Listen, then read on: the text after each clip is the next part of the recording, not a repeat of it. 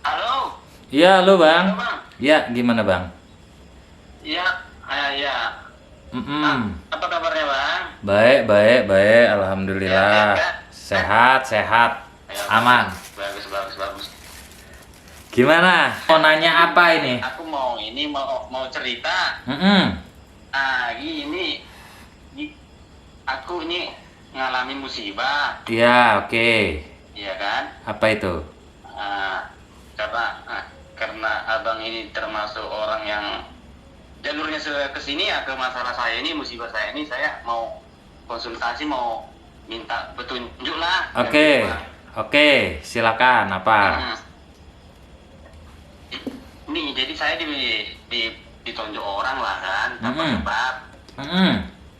Nah, jadi gimana bang caranya itu menuntut ini biar sampai selesai gitu? Oke, dipukulnya berapa kali? Kita mau minta pengadilan lah biar Oke, sekali cuman. dipukul cuman sekali. Ya. Iya. Oke. Cuman kita merasa nggak bersalah, abang lah dulu kan nggak merasa bersalah, tiba-tiba karena dia seorang bos. Oke. Jadi kita anggotanya lagi itu pekerjaannya, jadi main-main itu aja. Kita malu dong di depan orang begitu kan. Oh, jadi karena kita karyawannya, terus dianggapnya yang bersangkutan kita melakukan kesalahan, terus kita dipukul di depan orang, di depan teman-teman. Iya dia. Oke. Pertanyaan saya, Gitu kan tanpa ada putihnya. oke, pertanyaan saya adalah, ya saat dipukul itu teman-teman yang ngelihat lebih dari 2 orang kan? Iya, Iya. lebih dari 2 orang, lebih dari 2 orang. Oke, saya langsung jelaskan ke poinnya ya. Betul, betul. Ya, saya langsung jelaskan ke poinnya. Iya, iya bang, Ya. iya bang. Abang itu silahkan lapor ke Polres di wilayah hukum abang dipukul. Misalkan abang dipukulnya itu di Oh. mana nih, di daerah mana. Nah, itu kan ada Polresnya ya. Ya. Abang lapor. Polres ya bang ya. Ya, ada Polresnya. Abang lapor di bagian boleh, SPK, di bagian pelayanan ya, di bagian pelayanan di Polres SPK, itu. bagian pelayanan. Untuk pelayanan laporan aduan ya. Abang ceritakan kalau abang dipukul oleh pelaku, sebutkan nama pelakunya, ceritakan secara jujur Iya. dipukulnya sekali di depan teman-teman dan tidak terima mau melaporkan. Iya. Ya. Iya. Nah, itu pasalnya 352 KUHP. Kenapa? Karena abang itu masih bisa menjalankan aktivitas akibat dari dugaan penganiayaan. Itu abang masih bisa menjalankan aktivitas karena dipukulnya tangan kosong kan, itu kan cuman sekali kan? Iya, iya bang. Ya, Sekali. tangan Ya. kosong sekali, jadi dia adalah penganiayaan ringan. Ya, unsur 352 KUHP, polisi tahu itu nanti. Waktu kita lapor, polisi yang nentukan itu. Abang nggak usah pusing ngapalin pasal, tapi ini saya jelaskan aja. 352 KUHP itu penganiayaan ringan.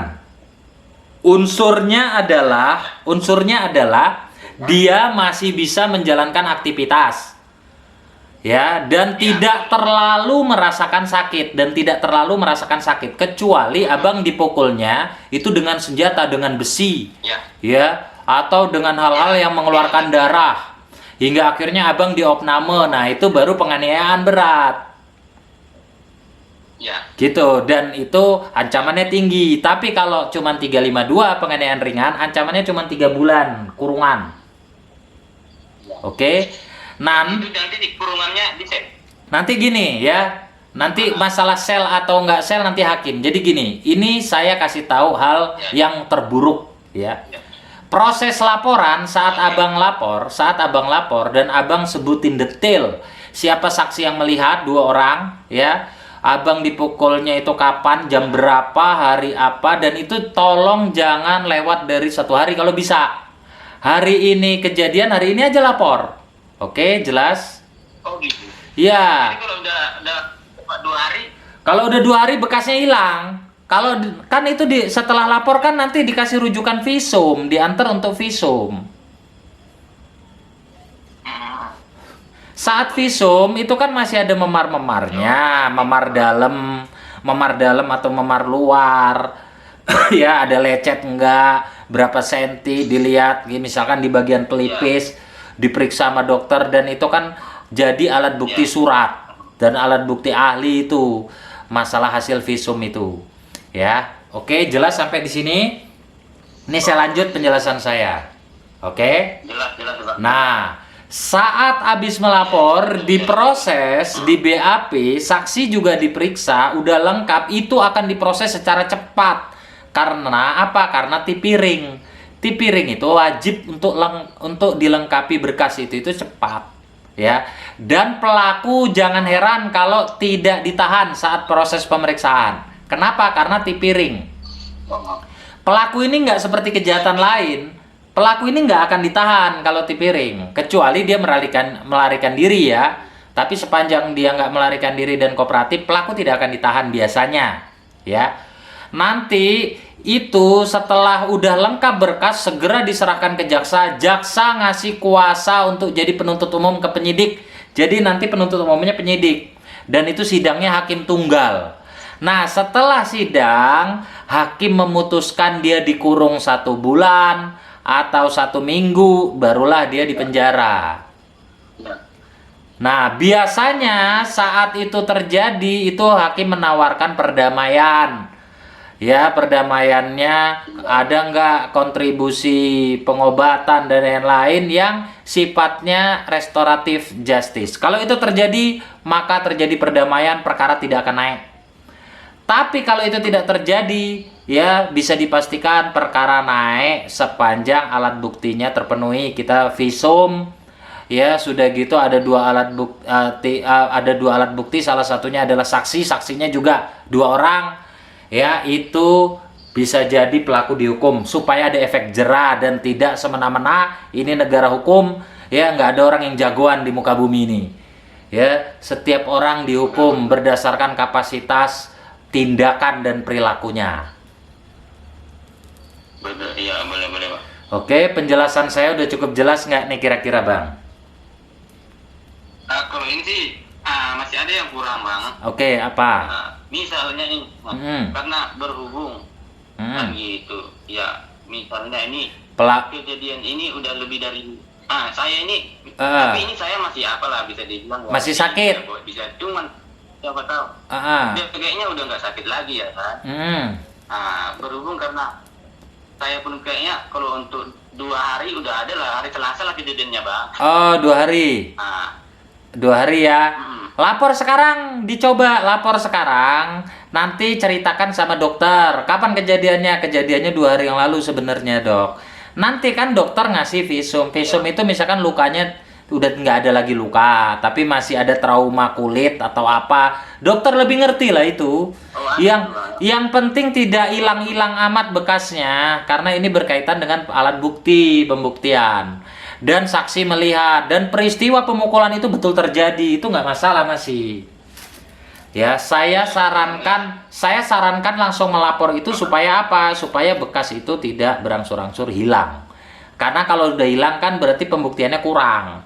Tapi peristiwa itu betul terjadi, tidak kita ngada-ngada, kita nggak fitnah orang, ya. Kita juga nggak menambah-nambahkan, saksinya juga ada gitu loh. Kejadian itu betul-betul di hadapan orang rame, karyawan yang lain, teman kerja kita yang lain. Nah, untuk efek jera supaya orang yang di atas itu tetap menghargai orang yang di bawah, kayak kita ini misalkan. Kira-kira seperti itu. Kalau untuk ini gimana, Bang ya? Ini misalnya ada juga kawan yang cerita kan. Ya. Itu sebenarnya kalau untuk pasarnya itu kan ini kita ya pasalnya kekerasan ya kan. Penganiayaan ringan. Kalau itu, kalau dipukul. Oke. Kalau untuk ini, iya kita kan malu juga di muka umum gitu, Bang. Ada nggak pasal yang lain gitu? Ya, jadi gini ya, dalam hukum pidana itu pasal itu ditentukan dari perbuatan pelaku yang diduga melakukan tindak pidana itu kapasitasnya apa, ya. Berkaitan dengan kita merasa tidak nyaman, tidak enak, itu kan ada perbuatan tidak menyenangkan, ya kan? Nah, perbuatan tidak menyenangkan ini ya pasalnya sebenarnya udah dihapus oleh putusan Mahkamah Konstitusi. Ya, tapi kadangkala masih digunakan untuk kondisi-kondisi tertentu. Ya, yang jelas saat kita itu di BAP, diperiksa dan bikin laporan, kita ceritakan detail. Saya dipukul, dia mengatakan ini, dan pada saat saya dipukul itu campur aduk perasaannya, saya nggak nyaman. Ya, saya juga nggak, ya malu ya, sudah gitu kayak merasa harga diri saya terendahkan. Saya mau melawan juga, satu itu bos saya. Ya, yang kedua juga saya mau melawan juga, ini negara hukum. Saya tahu hukum juga, saya takut kena hukum. Tapi saya juga nggak terima kalau ada orang merasa seolah-olah melakukan pelanggaran hukum tapi bebas. Saya mena-mena terhadap diri saya juga butuh keadilan. Itu katakan detail ke polisi. Nanti polisi yang menentukan itu. Jadi nggak usah pusing masalah pasal. Iya, nggak usah pusing masalah pasal. Kita nggak gitu, misalnya gini, siapa tahu ya kan, kita biar ini karena apa keadaan juga kita nggak mengada-adakan, Pak. Jadi kalau misalnya ini kan pasalnya Kak penganiayaan, Iya. ada yang bilang ya kita nama baik kita ya tercemar loh, iya kan? Oke. Kita di depan orang kan itu. Oke. Itu ketidaknyamanan tadi boleh nggak pasal itu dipakai nggak? Itu diceritakan saja, tapi kalau masalah pasal, ini perlu saya jelaskan ya. Yang disebut pencemaran nama baik itu kalau ada unsur misalkan fitnah, ada unsur tuduhan di dalamnya, itu bisa saja masuk. Contoh, ya, contoh abang ini dipukul dituduh maling, ya, di depan orang banyak. Kamu maling ya, terus pelaku mukul abang, penganiayaan ringannya dia kena. Ya, ucapan kamu malingnya dibenarkan oleh saksi-saksi yang lain padahal abang tidak melakukan pencurian, tidak maling, tidak ada alat bukti bahwa abang maling, itu abang boleh untuk dijungtukan pencemaran nama baik supaya dikenakan lebih dari satu pasal pelaku, itu bisa saja. Nah, tapi kalau dipukul karena suatu hal lain dan tidak ada unsur fitnah di dalamnya, walaupun kita merasa malu, ya, tapi unsur pencemaran nama baiknya belum terpenuhi. Jadi polisi biasanya menerapkan pasal penganiayaan aja, gitu loh. Oh, kalau untuk ketidaknyamanan itu ya kita di muka publik itu dipermalukan gimana? Iya, itu itu perbuatan tidak menyenangkan. Sekali lagi perbuatan tidak menyenangkan itu sudah dihapus melalui putusan Mahkamah Konstitusi. Iya, tapi menurut kejadian-kejadian tertentu yang dirasa perlu, polisi boleh saja memasukkan pasal itu. Ya, kira-kira seperti itu. Jadi itu tergantung penyidik ya. Saya rasa tidak perlu didampingi pengacara. Saya rasa nggak perlu didampingi pengacara. Ini masalah kecil, ya. Saya rasa ini cukup melapor saja. Nanti kalau butuh masukan apa-apa, silakan telepon saya konsultasi. Saya akan kasih langkah-langkahnya. Terima kasih Bang. Kalau ada kendala, oke. Assalamualaikum warahmatullahi wabarakatuh. Subscriber Muhammad Arilau, ya. Saya mau menjelaskan berkaitan tentang pidana penganiayaan, ya, untuk edukasi di channel ini. Penganiayaan itu ada penganiayaan dikelompok-kelompokkan menjadi penganiayaan ringan dan penganiayaan berat. Berat itu juga macam-macam ya, bisa mengakibatkan cacat, bisa mengakibatkan matinya orang, ya, dan dia dengan ancaman-ancaman tersendiri.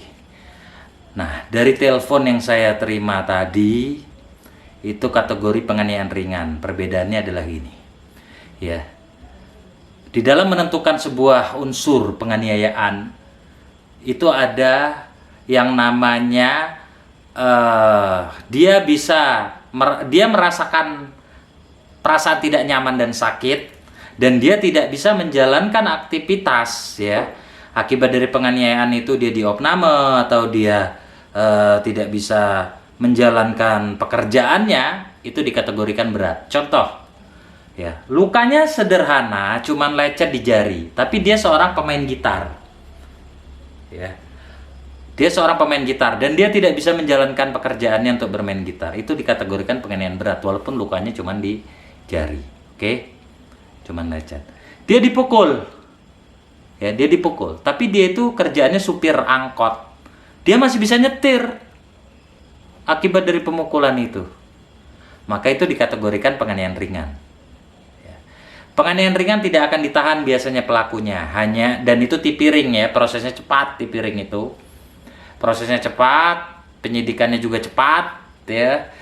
Diperiksa saksi, diperiksa korban, diperiksa pelaku, sudah gitu langsung dilimpahkan ke kejaksaan. Jaksa langsung bikin surat kuasa untuk disidangkan, penyidik langsung dari berdasarkan surat kuasa jaksa itu ya, penyidik langsung limpahkan ke pengadilan ya, seperti itu. Lalu disidangkan dengan hakim tunggal penganiayaan ringan. Apabila penganiayaan berat, maka prosedurnya seperti tindak pidana biasa ya, melalui proses penahanan, orangnya ditahan dan lain-lain. Jadi jangan heran kalau teman-teman merasa dipukul orang terus melaporkan orang, kok pelaku nggak ditahan, sementara itu prosesnya penganiayaan ringan. Jangan heran, karena itulah aturan hukum berkaitan dengan penganiayaan ringan. Jangan ngedumel, wah itu pelaku sepertinya orang berduit nggak ditahan begini, terus kita nggak terima, terus kita menyalahkan penyidik atau polisi. Itu juga nggak adil, karena penyidik juga tidak berani nahan, karena ini tipiring, waktunya itu harus cepat. Sementara masa penahanan itu ada deadline, 20 hari harus segera dilimpahkan. Seperti itu, 20 hari harus segera dilimpahkan. Kalau ada penahanan itu mereka terikat dengan waktu. Semoga channel ini bermanfaat, menambah wawasan kita, jadi kita tahu oh begini, oh begini, oh begini. Ya. Sahabat-sahabat, tonton terus dan ikuti terus channel ini. Dan kalau kalian merasa mengalami atau saudara, keluarga, teman kalian mengalami kasus ini, share video ini supaya bermanfaat, supaya kita paham. Ya, penganiayaan itu untuk melaporkannya jangan ditunda-tunda. Kenapa? Karena bekasnya bisa hilang. Dan itu mempersulit proses pemeriksaannya, penyidikannya, pembuktiannya. Oke. Yang belum subscribe, mohon dukungannya untuk subscribe. Kalian luar biasa. Bantu channel saya. Dengan rendah hati saya ucapkan banyak terima kasih. Dan persiapkan diri kita untuk Muslim menghadapi bulan suci Ramadan yang penuh berkah. Semoga kita menjadi insan-insan yang bermanfaat untuk bangsa, negara, terutama agama. Assalamualaikum warahmatullahi wabarakatuh. Makasih banyak. Ya.